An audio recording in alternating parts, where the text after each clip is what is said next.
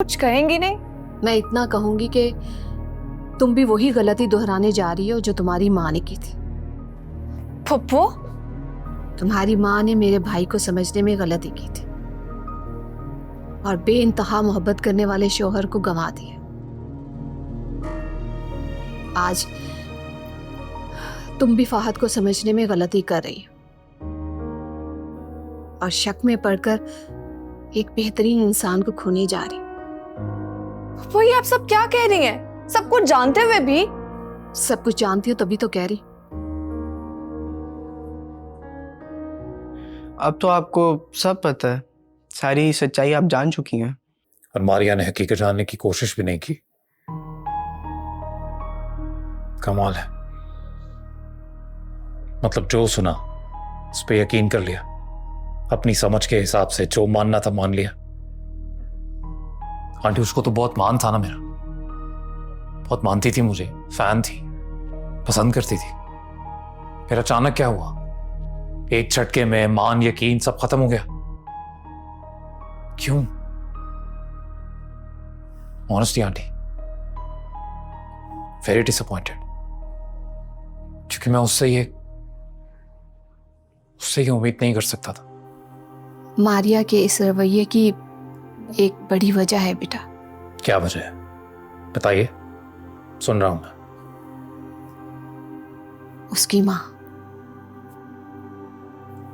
उसकी माँ के फैसलों ने मारिया के दिल में शक, बदगुमानी और बेतबारी की जड़ें मजबूत कर डाली हैं। जब भी वो किसी को अपना समझने लगती है, मोहब्बत करने लगती है, वहीं ये खौफ उसके दिल में जड़ पकड़ लेता है कि कहीं वो उसे धोखा ना दे जाए, फरेब ना कर जाए। और इसमें मारिया का कसूर नहीं है, उसकी माँ का है। आंटी आप थोड़ा खुल के बताएंगी, उसकी माँ का कसूर कैसे है? मैं समझ नहीं पा रहा। उसकी माँ ने मेरे फरिश्ता सिफ्त भाई को धोखा दिया था। अमजद भाई बहुत भले इंसान थे और कभी भी उन्होंने किसी का बुरा नहीं किया था, बल्कि अपनी हैसियत से ज्यादा लोगों का भला चाहा था। मगर मेरी भाभी हीरे जैसे भाई की कदर नहीं कर सकी। दौलत की खातिर वो भाई को और 8 साला मारिया को छोड़कर चली गई। भाई की तो जैसे दुनिया ही उजड़ गई। वो तो बहुत पहले ही जीना छोड़ देते अगर मारिया ना होती। बेटी की मोहब्बत ने उन्हें जिंदगी की तरफ मायल तो रखा, मगर भाभी की जुदाई जहरे कातिल बनी रही और आखिरकार उनकी जान लेकर ही टली।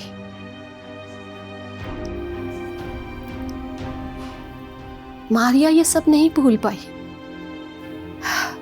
माँ का धोखा और बाप की जुदाई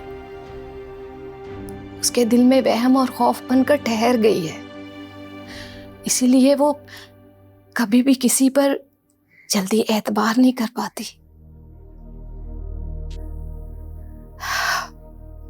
वो तुमसे मोहब्बत करने लगी थी। जानते हो क्यों? क्यों? क्योंकि तुम्हारी शख्सियत में वो अपने बाप का अक्स देखती थी। लेकिन उस दिन मारिया ने जो कुछ देखा, उसके बाद वो तुमसे बदगुमान हो गई है। उसके दिलो दिमाग में ये बात बैठ चुकी है कि तुम भी उसकी माँ की तरह फरेबी और धोखेबाज हो। वो तुमसे मोहब्बत करती है और सिर्फ तुम ही हो जो उसकी इस कैफियत को समझ सकते हो और उसके दिल में पनपती इस शक और बेतबारी की आग को बुझा सकते हो अपनी मोहब्बत से।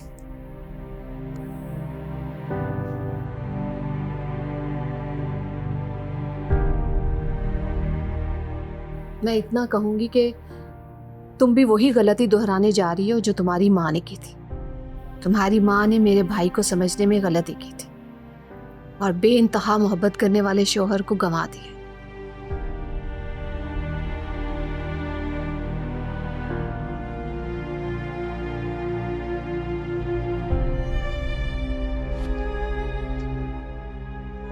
मारिया, मैं जानता हूं तुम्हारा दिल मुझसे बदगुमान है,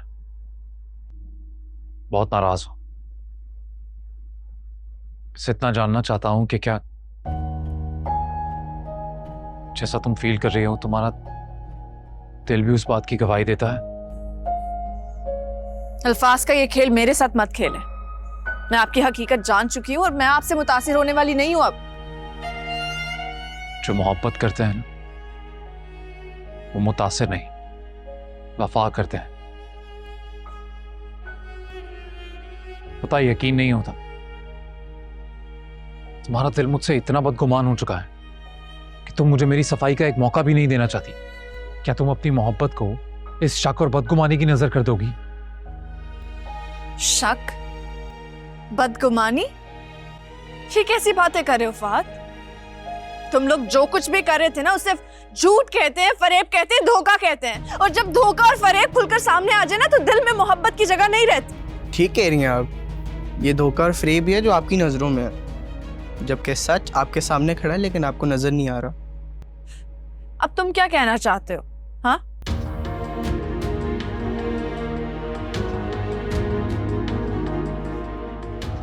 ये है वो बुआ जो माशरे का शिकार बनकर बिस्तर पे जा गिरी,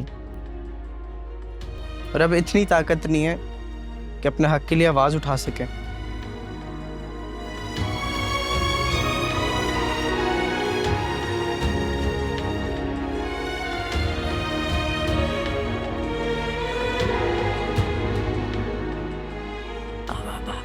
आई एम सो सॉरी फहद। मुझे लगा आप लोग झूठ। Now you're sorry? अरे हम तो बस वो बेसहारा औरत की मदद करने की कोशिश कर रहे थे यार। सोसाइटी में इंसाफ का क्या हाल है सब जानते हैं। वो कितनी भी कोशिश कर ले, ऐसे नहीं मिलेगा उसे।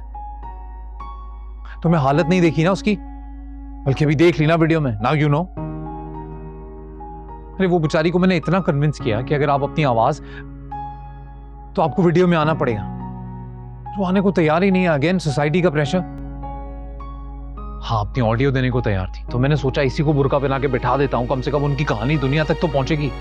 तभी तुमने देख लिया और पता नहीं क्या क्या सोच लिया।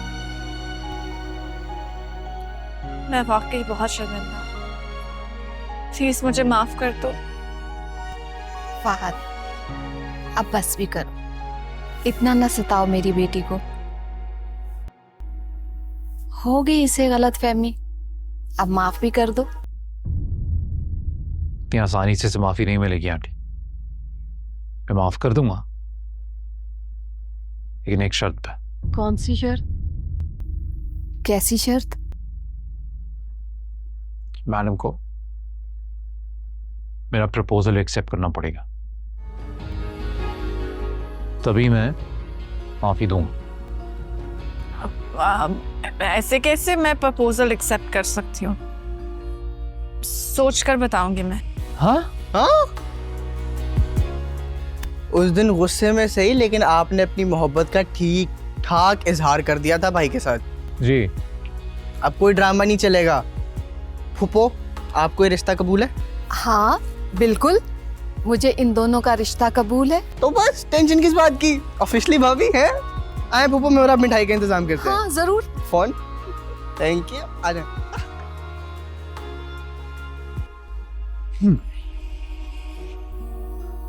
मैंने वाकई बहुत दिल दुखाया ना आपका। बहुत बहुत ज्यादा। प्लीज मुझे माफ कर दो।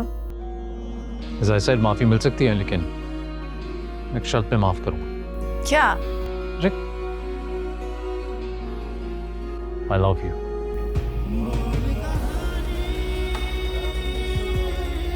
Good for you. हैं? What?